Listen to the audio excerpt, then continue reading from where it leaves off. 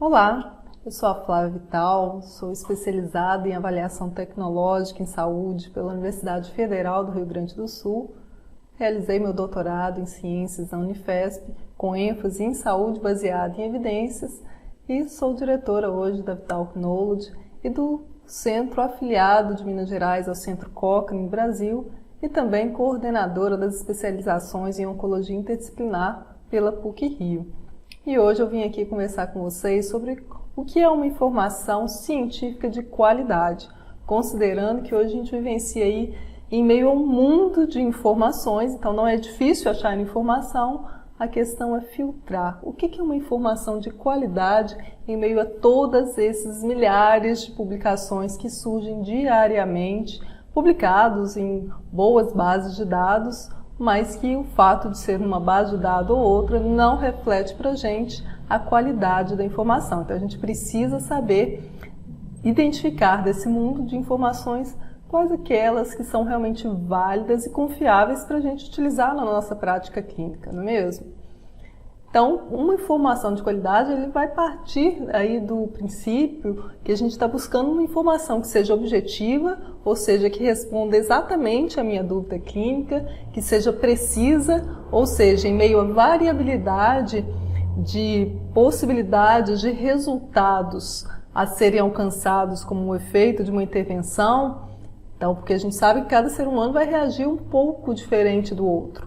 Mas se eles têm características em comum, ou seja, porque tem uma doença em comum, qual que é a chance do meu paciente, que também tem características semelhantes àqueles do estudo, também obter um resultado semelhante ao que foi alcançado no estudo. Então, a própria variabilidade de resultado dentro do estudo vai me indicar essa precisão e a chance também de eu alcançar aquele mesmo resultado com o meu paciente que tem características semelhantes.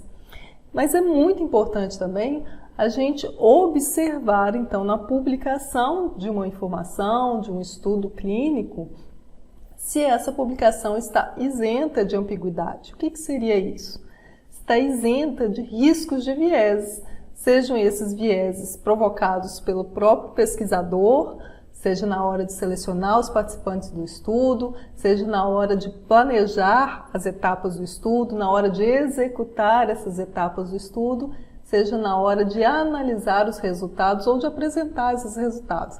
Então, os riscos de acontecerem vieses ao longo do estudo são muito grandes e é possível a gente identificar essas fragilidades mesmo na leitura do artigo. E é disso que a gente vai estar falando ao longo dessa aula. Como adequadamente analisar criticamente um estudo clínico, ou seja, como analisar uma informação e identificar se ela é de qualidade ou não. Porque são várias as dúvidas clínicas que vão surgindo no nosso dia a dia na prática clínica, né? A gente tem dúvidas sobre a etiologia de uma doença, né? Como é que ela surge, sobre o diagnóstico, como é feito, se ele é preciso, se tem riscos aí de ser um falso positivo ou negativo, né? A gente tem dúvidas em relação a qual o melhor tratamento em cada situação clínica, em relação ao prognóstico. Então, se eu intervir de uma determinada forma, como vai ser a resposta disso para o paciente a médio e longo prazo? Então, vamos exemplificar aqui. Vamos pensar num paciente que recebeu o diagnóstico de um melanoma. A gente, ou mesmo o paciente, pode nos questionar o porquê dele ter tido essa doença, né? Será que é porque ele se pronunciou com frequência no passado? O melanoma ele é o quê? Um câncer de pele, que ele é mais agressivo com alto risco de metástases. Então, a gente quer entender melhor o porquê que isso acontece, né? Para a gente poder prevenir isso em outras populações. Quando a gente entende o porquê, a origem da doença, a gente vai trabalhar os fatores de risco, né? E a gente pode também ter dúvidas diante desse diagnóstico se ele estaria errado. Foi diagnosticado, a metodologia utilizada está adequada para fazer o diagnóstico? Mesmo sendo o teste padrão ouro para se fechar o diagnóstico, existe a chance de um falso positivo? Qual a acurácia desse teste diagnóstico? E em relação ao tratamento, existem mais de uma opção para tratar o melanoma? Existe vacina? E o interferon? A literatura aponta como sendo uma intervenção efetiva É melhor do que radioterapia? É melhor do que fazer cirurgia com margens ampliadas para garantir aí uma ressecção, não apenas da lesão, mas de outras da região próxima, onde esse tumor pode já ter disseminado, ter ramificações que fariam uma recidiva da doença, porque o cirurgião não consegue visualizar no olho nu? E o prognóstico? Então, ainda que receba algum desses tratamentos, como é que fica o prognóstico, ou seja, de recidiva da doença ou de tempo de sobrevida a partir de um desses tratamentos ou da ausência de tratamento? Então, são dúvidas que vão surgindo a cada caso que a gente atende, a cada nova situação clínica que a gente vai aprendendo na nossa formação, e a gente precisa saber buscar essa informação e não apenas aceitar o que os nossos professores ou palestrantes vêm informar para a gente, porque alguma literatura trouxe esse tipo de resposta. Muito mais do que isso, a gente precisa aprender a ter autonomia para avaliar, identificar, né, essa informação, avaliar criticamente se é uma informação válida e confiável para realmente eu utilizar na prática clínica junto aos meus pacientes. Isso é o ideal, né? Mas então, qual seria o desenho de estudo que seria o ideal para responder cada tipo de dúvida clínica, como a gente apontou no slide anterior? Então, se a minha dúvida é sobre diagnóstico, por exemplo, o ideal é que eu busque por estudos de acurácia, que são aqueles que vão me apresentar resultados não só de sensibilidade e especificidade do teste diagnóstico, mas também vai mostrar o valor preditivo positivo, ou seja, a chance do paciente realmente ter a doença quando o teste afirma que ele tem a doença, ou o valor preditivo negativo, ou seja, de descartar a doença em quem realmente não está doente. Então, essa acurácia do teste vai ser dada por esse tipo de estudo que traz esse tipo de informação. E quando a gente tem dúvidas em relação ao efeito de um tratamento ou o efeito de uma intervenção preventiva, o desenho de estudo ideal é o ensaio clínico randomizado, porque ele vai ter sempre um grupo controle que preferencialmente não recebe a intervenção, né, para poder avaliar o real efeito do que a evolução, comparado à evolução natural daquela doença. E o estudo coorte é o desenho de estudo ideal para a gente avaliar o prognóstico de uma doença, porque ele é um estudo observacional de longo prazo que faz um acompanhamento de grandes amostras de população e observa como é que essa população evolui com ou sem intervenção, por exemplo. Então, o que vai determinar o tipo de estudo que a gente vai buscar uma informação que responda às nossas dúvidas clínicas, mas é exatamente a nossa pergunta, a nossa dúvida clínica. É ela que vai nortear a nossa busca por uma informação que possa ser válida. Esse é o primeiro passo. Então, a gente precisa aprender a estruturar a nossa dúvida clínica, porque às vezes a gente tem dúvidas, mas isso está meio ainda confuso, né? A gente não tem uma clareza do que a gente está buscando. E quando a gente faz perguntas incompletas ou equivocadas, acaba que o processo de busca dessa informação pode ficar comprometido. A gente às vezes acha coisa demais e se perde naquele mundo de informações, ou a gente acaba restringindo muito a nossa busca e a chance da gente encontrar uma resposta, uma evidência que seja de melhor qualidade, acaba se perdendo, porque a nossa estratégia de busca também não foi adequada, porque a gente não tem uma clareza muito grande do que a gente está buscando e a gente acaba perdendo muito tempo nesse processo todo. E quando a gente aprende a estruturar melhor a nossa dúvida clínica, a gente com isso consegue economizar o tempo no processo de busca, consegue manter o foco no problema, não se perde aí em meio às possibilidades de intervenções. Então a gente precisa estruturar com clareza o que a gente está buscando, sobre uma intervenção, em relação a qual problema de saúde. A gente vai mostrar uma metodologia que ajuda muito nesse sentido de estruturar a nossa dúvida clínica, porque isso vai facilitar também a nossa avaliação crítica quanto à validade e aplicabilidade dessa intervenção, dessa informação que a gente está buscando. Então, é uma metodologia que muito ajuda a estruturar de forma adequada a nossa dúvida clínica em busca aí do efeito de uma intervenção, por exemplo, é a metodologia do PICO, onde a gente, para cada um desses itens, a gente tem uma clareza do que a gente está buscando. Então, o P, ele representa aí a população, o perfil de paciente que a gente está querendo entender, aí o efeito de uma intervenção para um determinado problema de saúde que essa população tenha. Já o I seria a intervenção. Então, quando a gente define exatamente qual o efeito que a gente quer em relação a qual tipo de intervenção, que a gente ainda não desconhece, a gente começa a ter clareza e a gente precisa saber o efeito dessa intervenção comparado a algo que já exista, né, que já vem sendo aplicado para aquela população que tem aquela doença, ou se não existe nada ainda, que seja um grupo controle que realmente não receba intervenção ou que receba um placebo. O placebo seria aceitável somente na situação onde a gente realmente não tem nenhuma intervenção ainda aceita para ser aplicada naquele problema de saúde.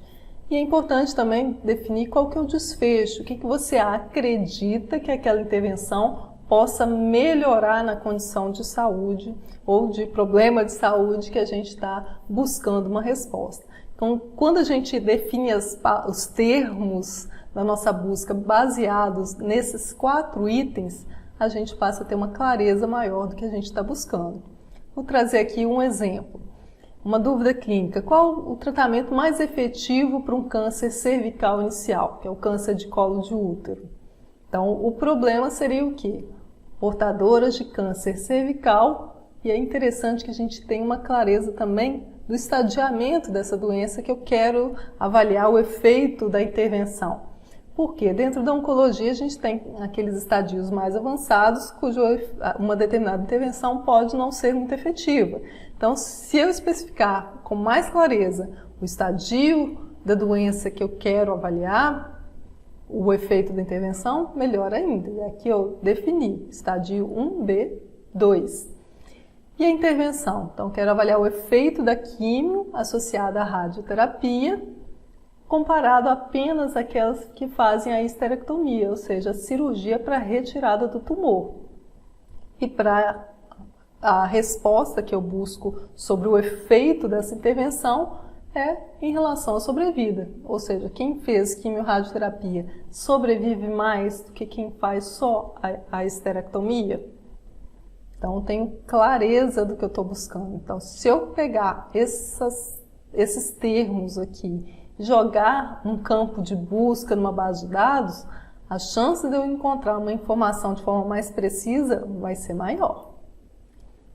Então, para a gente adequadamente responder uma dúvida clínica, vai ser necessário saber identificar e filtrar a informação. Então, a gente precisa conhecer as bases de dados, precisa saber filtrar, né? Você lançou aqueles termos de busca, veio coisa demais, como é que eu filtro essa informação? Então, é importante que a gente conheça o desenho de estudo que melhor responderia àquela sua dúvida clínica. É uma dúvida sobre tratamento? Então, posso filtrar por ensaios clínicos randomizados apenas, né? Ou revisão sistemática, se for um tema mais comum, que já vem sendo pesquisado, melhor ainda se filtrar por revisões sistemáticas. Então, para isso, a gente precisa conhecer também a metodologia desse desenho de estudo, que melhor responde à minha dúvida clínica, e os possíveis vieses desse desenho, que poderia aí invalidar os resultados, ou, se adequadamente controlados ao longo do estudo, realmente vai trazer uma boa validade interna, que a gente fala, ou seja, o resultado tende a ser válido porque houve um bom controle dos possíveis vieses na condução daquele estudo. E é importante conhecer também a adequação e a interpretação dos métodos estatísticos, porque só ali também você pode invalidar por completo os resultados. Então, acredito que muitos de vocês já tenham ouvido falar da pirâmide de evidências, né? Em especial quando a gente fala sobre intervenções em saúde. Então, essa pirâmide ela foi muito falada por muitos anos, considerando que se a gente quer avaliar o efeito de uma intervenção No ser humano, não adianta a gente se basear em pesquisas de laboratório, pesquisas de bancada, pesquisas in vitro. Então, esse tipo de pesquisa ela serve para trazer ideias do que talvez possa trazer resultados favoráveis no ser humano. Mas para isso a gente precisa testar no ser humano.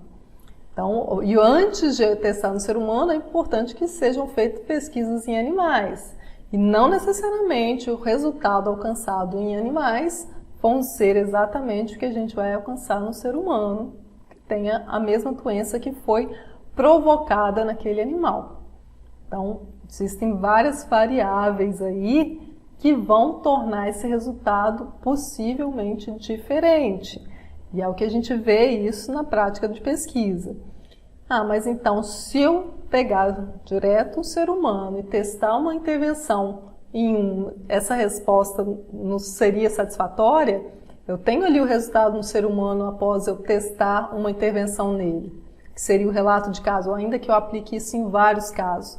Aquele resultado alcançado não é satisfatório? Por que não é? Por que está lá no meiozinho da pirâmide ainda?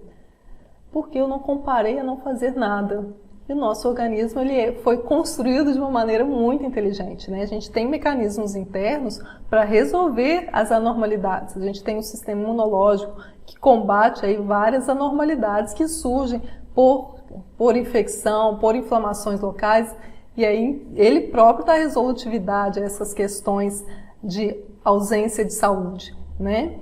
Só que a gente, então, se quer avaliar o efeito de uma intervenção para acelerar esse processo de recuperação em relação a uma determinada doença, a gente tem que comparar a não fazer nada, ou seja, como é que fica a resolutividade natural do nosso organismo comparado à resolutividade dele adicionalmente à recepção de uma intervenção que foi proposta. E aí, então, para a gente quantificar o tamanho desse efeito, a gente precisa ter um grupo controle, né, que não vai fazer nada comparado a esse que vai receber a intervenção, ok? E aí, então, a gente tem um estudo transversal. Realmente, o estudo transversal ele vai mensurar isso, mas num único momento. Então, ele não consegue fazer uma comparação e nem mensurar isso em diferentes momentos, né? Porque tudo acontece em um único momento, a avaliação da intervenção, da presença da intervenção e do resultado. Então, a gente não consegue mensurar, quantificar a evolução do paciente que a gente está olhando para ele num único momento. O estudo caso-controle já é um estudo retrospectivo. Então, ele até consegue, a partir do resultado, né, de ter recebido ou não, e comparado àqueles que não receberam a intervenção, olha para trás e verifica como é que estava lá antes de ter a doença. Então, é interessante para avaliar a etiologia, mas não para avaliar o efeito da intervenção. Não é o desenho de estudo ideal, porque todo o estudo retrospectivo é muito rico de viés, seja na hora do registro da informação, porque isso não foi planejado como é que seria feita essa coleta de dados e nem há um padrão em como seria feita essa coleta. Já o estudo coorte, ele pode ser um estudo prospectivo, só que ele é um estudo apenas observacional. A gente não controla ali como é que vai ser realizada a intervenção. Ou seja, qual é a dose, com que frequência, com que periodicidade esse paciente vai ser reavaliado. Para avaliar o efeito daquela intervenção, é sempre um estudo observacional, onde você acompanha aqueles que receberam uma intervenção e os que não receberam e avalia o desfecho periodicamente. Mas você não controla as variáveis. Já o ensaio clínico randomizado, sim, seria esse desenho ideal que avalia o efeito da intervenção. Só que muitas vezes a gente não consegue produzir grandes ensaios clínicos com populações de mais de 1.000 doentes, porque isso torna o estudo muito caro e a logística difícil.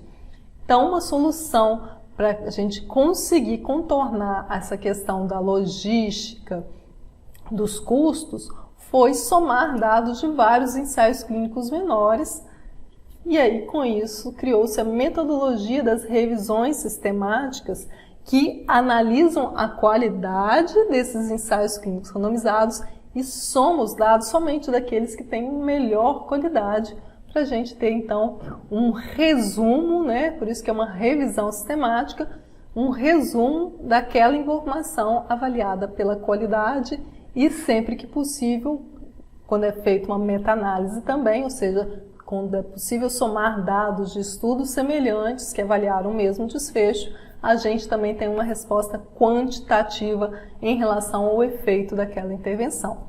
Então, essa pirâmide, por muito tempo, veio sendo considerado como o modelo ideal que mostra para a gente qual que é o nível de evidência das intervenções em saúde para ter mais validade e confiança nas informações.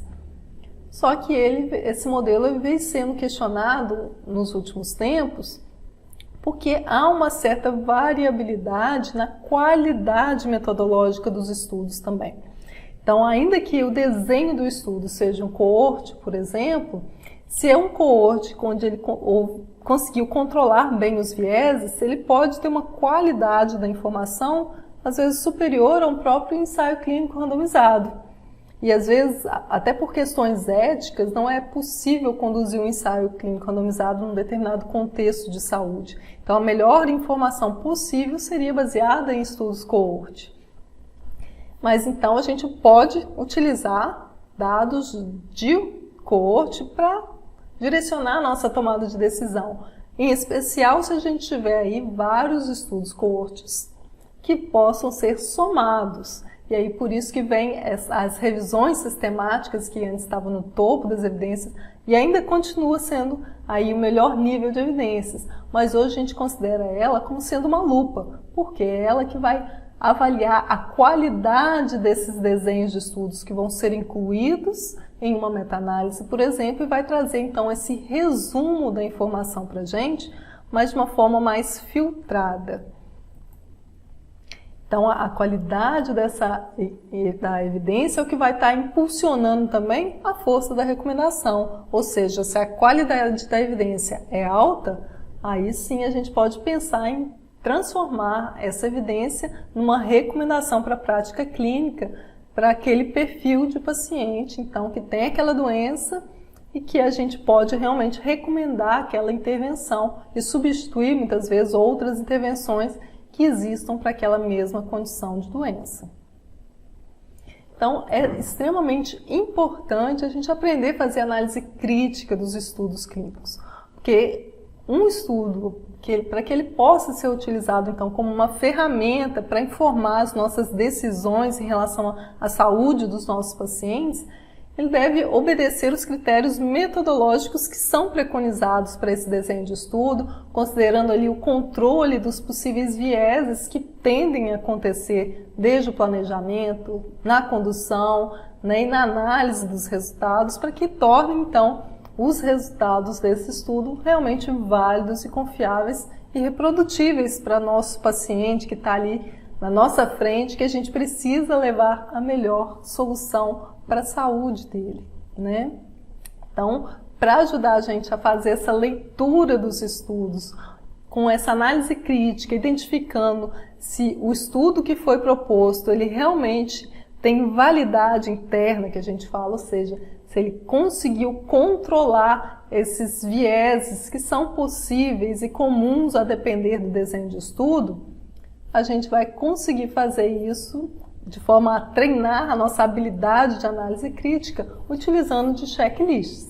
Então, para cada desenho de estudo, já foram criados checklists que nos ajudam, enquanto leitores, né, dessas informações, porque a gente vai conseguir identificar ali na leitura se a proposta do estudo está adequada para responder à dúvida clínica e o que torna também todo o processo muito transparente, né? Porque a gente consegue fazer uma interpretação da adequação da proposta do estudo em se alcançar aquele resultado que foi obtido. E é interessante também para quem é pesquisador e quer publicar. Então, antes de você planejar os estudos, você já segue esse checklist que você tende a errar menos em todo o processo. Assim como esses checklists, eles são utilizados até pelos editores das revistas na hora de avaliar a proposta de um estudo que quer ser publicado, para eles aceitarem ou não. Ou seja, seguiu os critérios ideais para aquele desenho de estudo que foi proposto, tende a ser aceito pela revista. Caso contrário, não. Então, é sempre interessante a gente conhecer essas ferramentas. Então, para ensaios clínicos randomizados, a ferramenta mais utilizada para a gente avaliar a metodologia do estudo é o Consorte.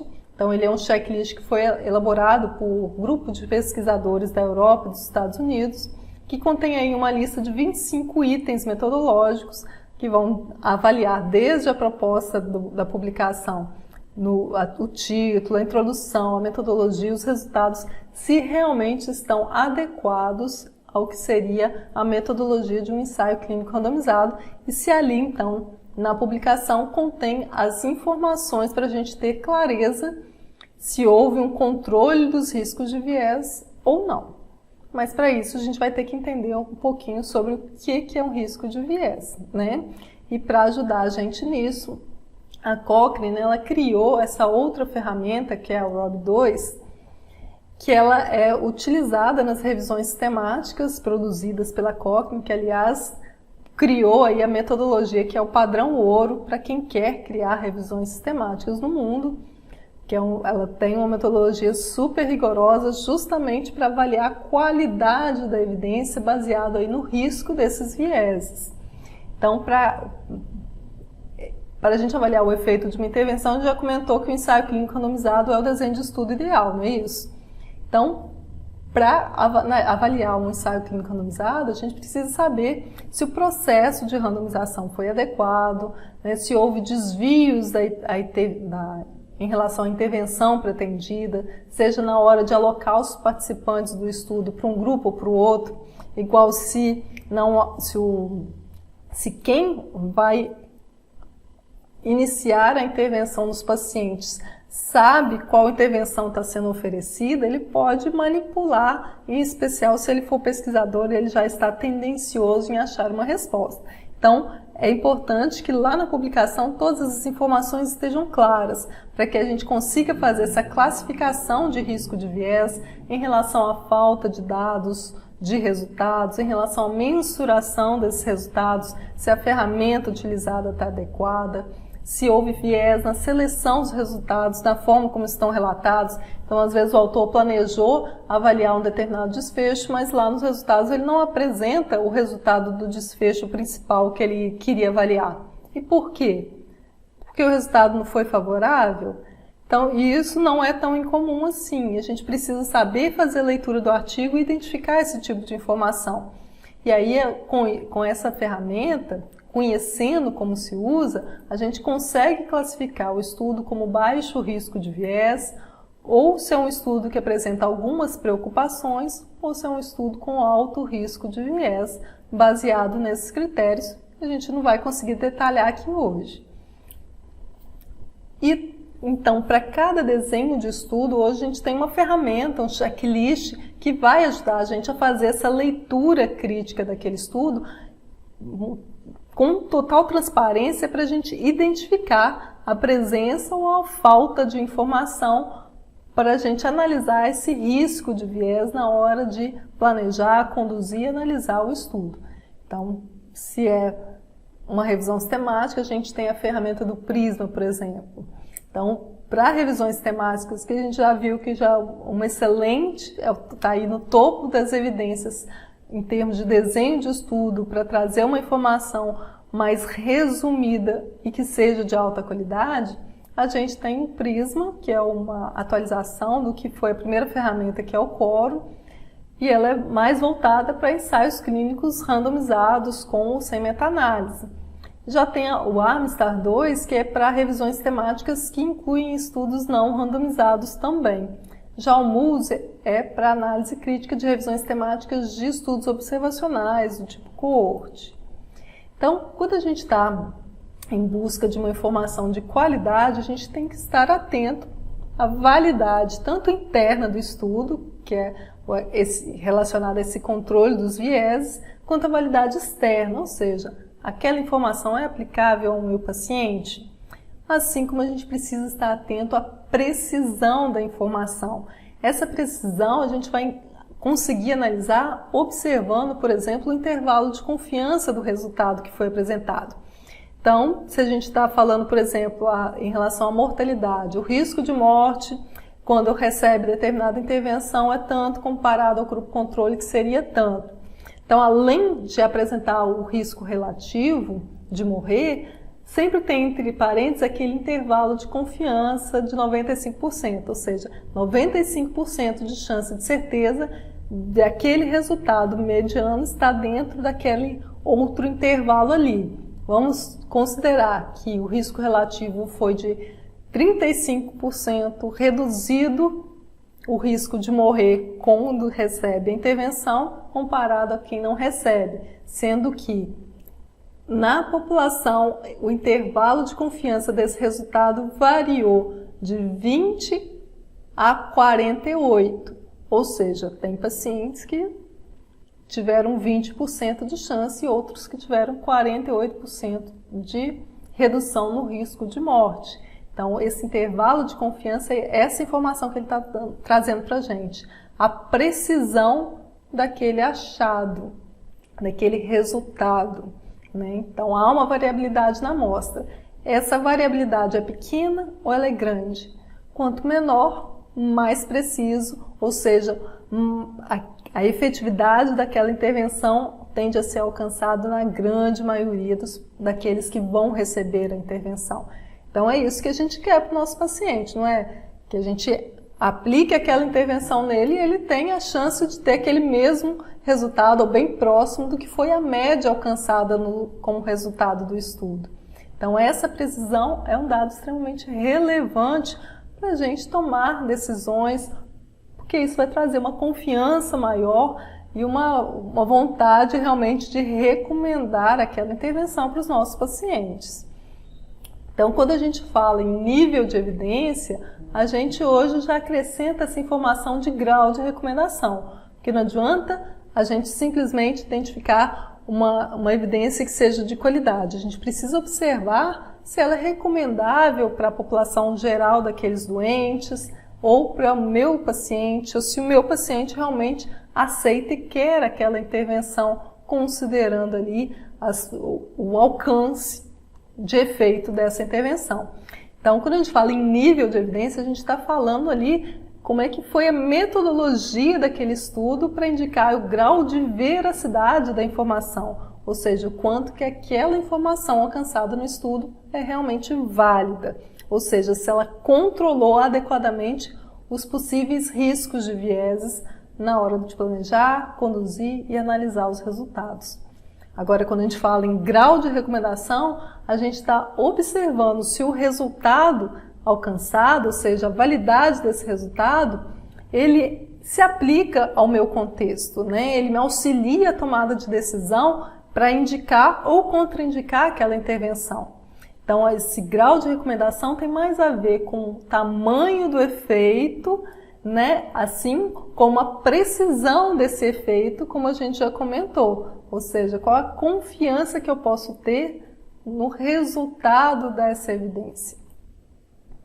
E uma ferramenta que muito ajuda a gente, que facilita, já traz essas informações de validade e recomendação de forma bem resumida, é o GRADE. Então, o GRADE é um sistema para avaliação da qualidade da evidência científica que a gente tem disponível, que muitas vezes vai estar já baseada em revisões sistemáticas, que é o ideal, né, em especial quando a gente quer avaliar o efeito de uma intervenção. Então, muitas vezes você já tem mais de um ensaio clínico que foi produzido para avaliar o efeito daquela intervenção. Se você tem isso, então, resumido em revisão sistemática, é o ideal para a gente conseguir produzir uma tabela do GRADE que consiga avaliar, então, toda a qualidade da evidência, considerando cada desfecho que seria mais relevante de ser alcançado como efeito daquela intervenção. E com isso a gente consegue elaborar, então, as recomendações para o uso dessa tecnologia. Quando a gente fala em tecnologia em saúde, a gente está falando de tanto de equipamentos quanto de procedimentos, né, que envolvem tudo que a gente oferece para tentar melhorar a saúde da população, processos, né? E a partir então desse sistema de avaliação a gente consegue avaliar a qualidade da evidência então e a força da sua recomendação. E geralmente a tabela do GRADE é essa carinha aqui, que está muitas vezes presente nas publicações das revisões temáticas produzidas pela Cochrane, que ela tem quase 100% das revisões da Cochrane, a gente tem preconizado em realizar essa análise do GRADE. Essa metodologia não foi construída pela Cochrane, mas ela adaptou nas revisões dela, justamente por considerar ser uma metodologia que realmente resume e traz uma informação pronta para a nossa tomada de decisão. Por quê? Um exemplo aqui, são dados de uma revisão sistemática que avaliou o efeito do trastuzumab para tratar câncer de mama metastático HER2 positivo. Então, foi-se avaliado o efeito dessa intervenção em relação à sobrevida geral, medida em 2 anos, né, a mediana de 2 anos, e na sobrevida livre de progressão, ou seja, sem recidiva, também em 2 anos. Ou seja, para cada desfecho é feita a análise da qualidade das evidências que avaliaram aquele desfecho na revisão sistemática. Então, para esse desfecho sobre a vida geral, tinham 5 estudos que analisaram ele. Já para a sobrevida livre de doença, tinha aí 7 estudos.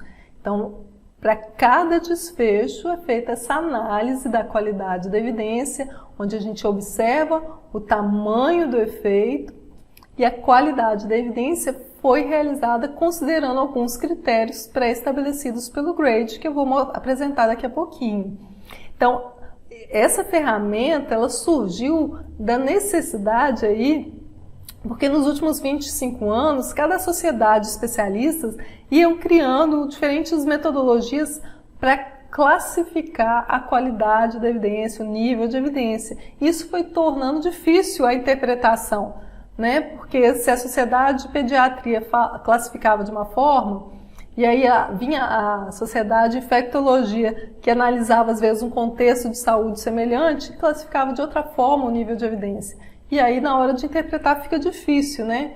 Então uma forma de uniformizar as várias diretrizes que iam surgindo era criar uma ferramenta que tivesse uma linguagem única para a gente conseguir interpretar esse nível de evidência, a qualidade da evidência e o grau de recomendação.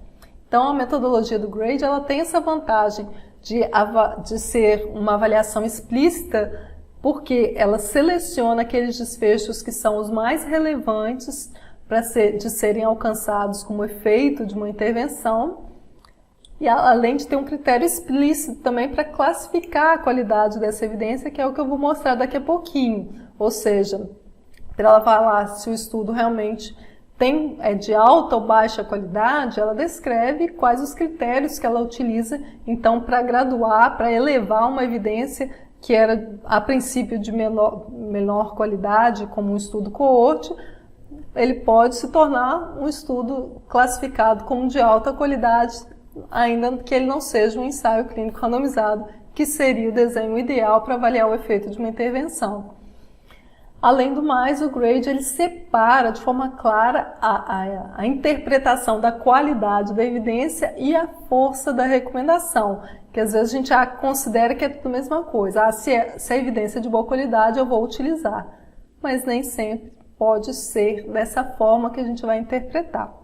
A gente vai mostrar também rapidinho isso.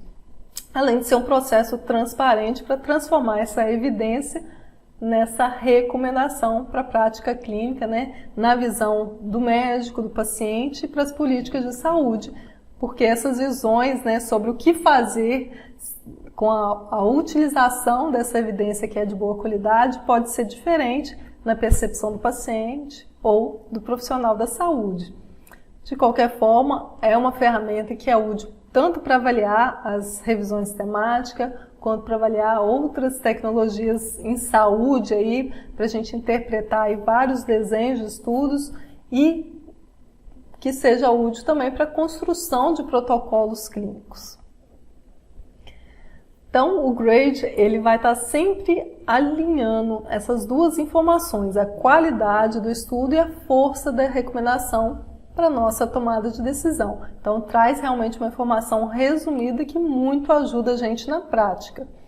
E a forma dele interpretar, então, um estudo como sendo de alta qualidade, quando alcança essa classificação, isso fala para a gente que novas pesquisas pouco provavelmente vão modificar a confiança que a gente tem na estimativa do efeito, né? Assim, como é classificado como uma qualidade moderada aquele estudo, aquela informação, né, baseada numa revisão sistemática, fala para a gente que novas pesquisas poderão até ter impacto na confiança da estimativa do efeito e que podem modificar essa estimativa, ou seja, muitas vezes a gente encontra uma revisão sistemática, ela traz um resultado e a gente vai conseguir olhar para aquele resultado e falar, não, peraí, então se tiver mais estudos, pode ser que realmente o que hoje essa revisão mostra para a gente que não melhora aquele problema de saúde com aquela intervenção, pode ser que melhore sim. O que precisa é aumentar o N, a gente precisa de estudos de melhor qualidade e a gente, então, hoje, quando a gente tem uma avaliação do grade que fala que a qualidade da evidência é moderada, a gente precisa aguardar um pouquinho para ter um pouco mais de certeza para indicar ou contraindicar aquela intervenção. Agora, quando o grade já classifica como baixa qualidade, a chance de que novas pesquisas modifiquem ali o resultado é grande, né? E provavelmente pode realmente modificar a estimativa daquele efeito. Quando ela é classificada como muito baixa, qualquer interpretação é incerta, então é melhor a gente nem considerar, recomendar nada em relação àquela intervenção. Então, aqui está os critérios que são utilizados pelo grade para enfraquecer a qualidade da evidência. Então, se a gente está com um ensaio clínico randomizado nas mãos, como é que a gente considera se aquela evidência é de boa qualidade ou não? Então, o grade ele tem alguns critérios que ele vai estar avaliando, então, o risco de viés, ou seja, as limitações metodológicas do estudo, avalia a inconsistência, ou seja, a heterogeneidade que existe na população. Então, a metodologia do grade ela é melhor aplicável se a gente estiver diante ou de um megatrial ou de uma revisão sistemática, além de avaliar outros critérios, como se os resultados são baseados em evidência indireta, ou há uma imprecisão importante nos resultados, ou se houve viés de publicação. Da mesma forma, se a gente parte de uma evidência de um estudo coorte, por exemplo, a gente pode aumentar a qualidade da evidência, ou seja, a gente parte ali de que o estudo é de moderada qualidade porque ele é um coorte. Mas se ele é um coorte com uma precisão na informação e um tamanho de efeito grande alcançado no resultado, a gente pode classificar, aumentar a classificação de qualidade dessa evidência. Então, um exemplo aqui, baseado numa revisão da Cochrane, que avaliou o efeito do treinamento físico dentro de 12 meses de uma ressecção pulmonar de um câncer de pulmão numa pequenas células. Então, é uma revisão Cochrane baseada em 8 ensaios clínicos randomizados, totalizando 450 pacientes que tinham de 63 a 71 anos. Então, a primeira meta-análise é baseada aí no desfecho condicionamento cardiopulmonar. Então, para aqueles pacientes que realizaram treinamento físico no primeiro ano após a cirurgia, eles melhoraram seu condicionamento pulmonar em 3 vezes, que é o que a gente tem aqui como resultado do risco relativo. Quase 3 vezes de melhora comparado ao grupo controle que não fez exercício. Já em relação ao teste de caminhada de 6 minutos, que avalia a capacidade funcional do paciente, houve uma melhora de 57 metros após o período de treino, comparado àqueles que não fizeram treinamento. Então, essa medida é extremamente importante, porque esses pacientes eles perdem muito a capacidade física deles, e isso tende a ir limitando as suas atividades do dia a dia, e isso tende a levar a um pior prognóstico, assim como vai ter impacto na sua qualidade de vida que foi avaliado também nessa revisão sistemática, mostrando que quem fez os exercícios melhorava em 5 vezes a sua qualidade de vida comparado a quem não fazia os exercícios. E aqui temos a tabela grade dessa revisão sistemática, mostrando então que para o desfecho de capacidade de exercício, por exemplo, mensurado pelo consumo máximo de oxigênio, você tem ali uma qualidade de evidência moderada. E no desfecho que mensurou o teste de caminhada de 6 minutos, a capacidade de exercício pelo teste de caminhada de 6 minutos, a gente tem uma qualidade da evidência alta. Ou seja, é pouco provável que esse resultado modifique. Então, fazer esse treinamento físico vai melhorar a capacidade física desses pacientes e eles tendem a ter, talvez, uma melhor qualidade de vida também, né? E aí, aqui, por fim, vamos falar do grau de recomendação. Então, baseado naquele resultado, a gente está diante de uma evidência de alta qualidade. Então, é recomendável? Na maioria das vezes vai ser, mas a gente tem sempre que olhar na visão do paciente. Então, se a maioria realmente escolheria aquela alternativa, porque ela tem um baixo custo, ela tem poucos eventos adversos, ela tende a alcançar o efeito esperado por ele. Então, a força da recomendação certamente vai ser alta. E aí o paciente ele deve até questionar se aquela intervenção não foi oferecida para ele, né? Porque hoje em dia essas informações em geral estão de acesso livre, né? Mas vai ser muito mais difícil para um paciente interpretar, mas a gente consegue também, às vezes a gente é o acompanhante do paciente, né? A gente vai vivenciar essas questões pessoais também, de falta de saúde com familiares, né, com a gente mesmo, e a gente pode, então, hoje interpretar para necessidades pessoais. E já na visão do médico, quando uma recomendação vai ser forte? Quando a maioria dos doentes vai ser útil aquela intervenção, então ela deve ser recomendada. E na visão de um administrador da área da saúde, a recomendação ela vai ser adotada como uma política de saúde na maioria das situações. Então, quando a gente está diante desse contexto, a recomendação é forte. Ela vai ser fraca quando nem todos os pacientes escolheriam aquela intervenção, seja porque ela tem alto custo, ou seja porque tem eventos adversos importantes que ele não gostaria de ter, então para ele é inaceitável. E na visão do médico, quando eles reconhecem que diferentes alternativas podem ser apropriadas para o paciente. E talvez aquela, ainda que a qualidade da evidência seja alta, talvez não seja a melhor para aquele meu perfil de paciente. E na visão do administrador, a recomendação vai ser fraca quando a adoção da intervenção vai depender de um debate, seja porque o custo dela é alto e aí tem outras variáveis a serem discutidas. E por fim, um último contexto para a gente avaliar então a qualidade da informação que a gente está diante dela é ter a certeza de que não se trata de um estudo fraudulento, o que é realmente difícil de analisar. Então, no início da pandemia, a gente teve aí grandes publicações de grandes revistas, então essa aqui é uma do The Lancet, a gente também teve no New England, que é uma revista de maior impacto na área da saúde, que publicaram estudos fraudulentos. Por quê? Estava todo mundo naquele processo de acelerar a publicação e aceitou-se ainda sem uma dupla verificação e sem buscar a fundo a qualidade da informação.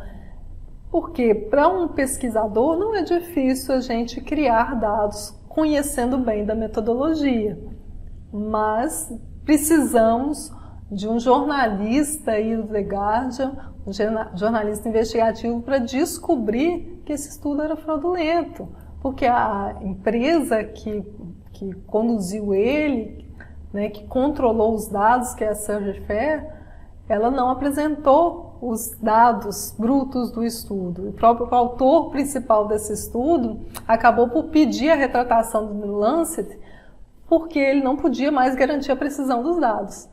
E até hoje esses dados nunca foram apresentados, mas eles levaram a tomada de decisão da própria Organização Mundial de Saúde para pedir para todos os países suspenderem qualquer estudo novo, qualquer novo ensaio clínico randomizado para avaliar o efeito da cloroquina. Ou seja, como é que um estudo fraudulento pode direcionar toda a tomada de decisão a nível mundial. Então, a gente realmente precisa estar atento a isso, e é difícil da gente identificar isso, mas um estudo detalhado da metodologia pode nos indicar também. Mas para isso a gente precisa conhecer da metodologia para cada desenho de estudo, não é mesmo? Então, assim, é muita informação, eu sei. Gostaria de ficar aqui mais tempo apresentando como a gente pode fazer essa análise crítica de forma mais detalhada, mas fica aqui o meu convite, se você quiser entender um pouco mais sobre como identificar e interpretar a qualidade das evidências científicas, eu deixo em aberto aí esse link direcionado ao meu curso de saúde baseada em evidências, que é uma parceria da minha empresa, Vital Technology, com a Cochrane Brasil, que eu também direciono aqui em Minas Gerais. Tá legal? Então, fica aí os meus contatos. Se quiserem me enviar alguma pergunta, alguma dúvida, fiquem à vontade. Só tenho a agradecer a oportunidade de estar aqui apresentando um pouquinho de como identificar informações de qualidade. Até breve. Um abraço.